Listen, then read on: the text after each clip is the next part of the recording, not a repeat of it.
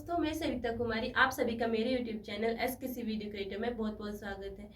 तो आज हम बात करेंगे एमए हिंदी के प्रथम सेमेस्टर की जो पुस्तक है मध्यकालीन काव्य, उन्हीं के एक कवि हैं कबीरदास जी। उन्हीं की एक पद की आज मैं आपको व्याख्या करके बताऊंगी। तो ऐसी और एजुकेशनल वीडियोस के लिए मेरे चैनल को सब्सक्राइब कर लें और उसके साथ जो बेल नोटिफिकेशन आइकन है उसे प्रेस करके मेरी आने वाली वीडियोस की नोटिफिकेशंस को एक्टिव कर लें। यदि आपको मेरा वीडियो पसंद आता है तो वीडियो को लाइक व शेयर करना ना भूलें। तो आज की जो महत्वपूर्ण व्याख्या है वो इस प्रकार से है।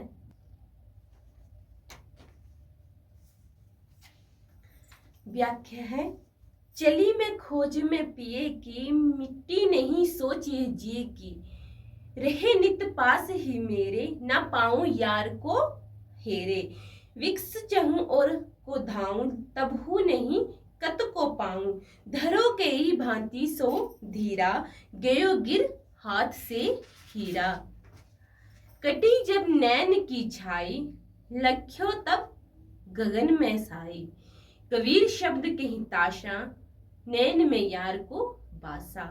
तो इसके जो शब्दार्थ रहेंगे वो इस प्रकार से हैं। प्रिय का मतलब होता है प्रिय या परमात्मा, यार का मतलब होता है प्रेमी या परमात्मा, विकल का मतलब होता है बेचैन, कत का मतलब होता है पति, झाई का मतलब होता है आवरण अज्ञान का अंधकार, लख्यो का मतलब होता है देखा, गगन का मतलब होता है शून्य और वासा का मतलब होता है निवास।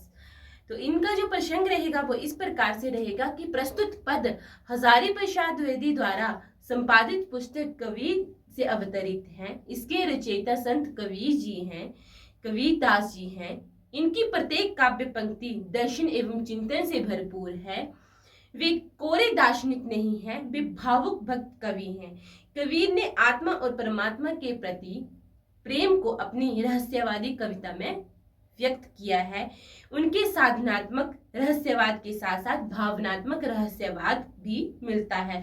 उन्होंने अपने भक्ति भाव को कांता भाव से अभिव्यंजित किया है। निर्गुण ब्रह्म से अपने प्रेम को समझाने के लिए उन्होंने परमात्मा को कांत अर्थात पति या प्रेमी माना है और आत्मा को पत्नी या प्रेयसी माना है। श्रद्धांजनों को ये भक्तिभाव समझाने के लिए उन्होंने इन प्रतीकों का सहारा लिया है।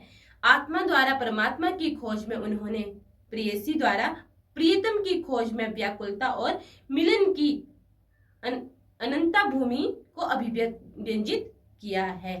तो इसकी जो व्याख्या रहेगी वो इस प्रकार से है। चली मैं खोज पिए की, मिट्टी नहीं सोची जिए की, रहे नित पास ही मेरे, न जाऊं यार को हेरे, विकल चऊं और को धाऊं, तबहू नहीं कंत को पाऊं, धरो कहीं भांति सो धीरा, गयो गिर हाथ से हीरा।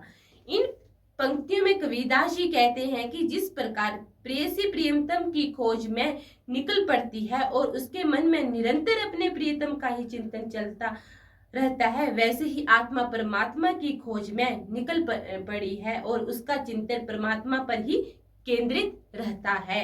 वास्तविकता यही है कि प्रियतम परमात्मा मेरे मन में ही बसा रहता है, लेकिन हम उसे बाहर मंदिर आदि में ढूंढने लगते हैं।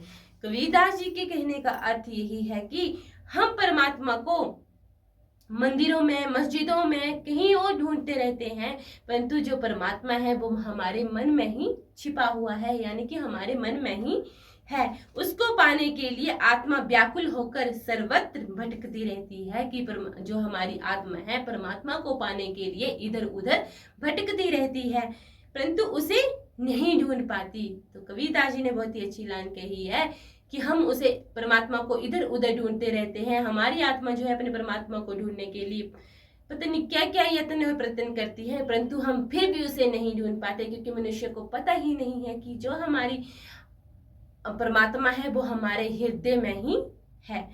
उसको पाने के लिए आत्मा व्याकुल होकर सर्वत्र भटकती रहती है, परंतु उन्हें ढूंढ नहीं पाती। ऐसा अनमोल हीरा हाथ से निकल जाए तो कैसे धैर्य रखा जाए। यही कबीरदास ने कहा है कि ऐसी चीज, यानी कि ये जो अनमोल चीजें हैं, अनमोल अनमोल हीरा है, अगर ये हमारे हाथ से निकल जाएगा तो इंसान कैसे ही व्याकुल नहीं होगा, कैसे ही उसे धैर्य नहीं रखा जाएगा। वस्तुतः तभी दिखाई दे सकता है जब आंखों पर ये अज्ञान के अंधकार का पर्दा हट जाए। कटी जल नैन की छाई, लख्यो तब गगन में साई, कबीर शब्द के ही त्रासा, नैन में यार को पासा। तभी शून्य यानी ब्रह्मारद में होने मैंने अपने स्वामी को पा लिया है। कबीर ने विरह के दुख से दुखी होकर ये शब्द कहे हैं कि वे कहते हैं हमारे प्रिय सदैव हमारे आंखों में बसे रहने चाहिए। तो यही बात कबीरदास जी ने बहुत ही प्रेम पूर्वक कही है और भावुक होकर अपने शब्दों को दुखी रूप से व्यक्त किया है कि हमारे प्रिय सदैव हमारे आंखों में बसे रहने चाहिए। कि प्रेमी जो होता है वो कहता है अपनी प्रियतम को, यानी कि प्रियतम या आप ऐसे भी समझ सकते हैं, प्रेमी भी कहता है या प्रीतम भी कहती है कि जो हमारा प्रिय है वो हमारी आंखों के सामने ही बसा रहने चाहिए।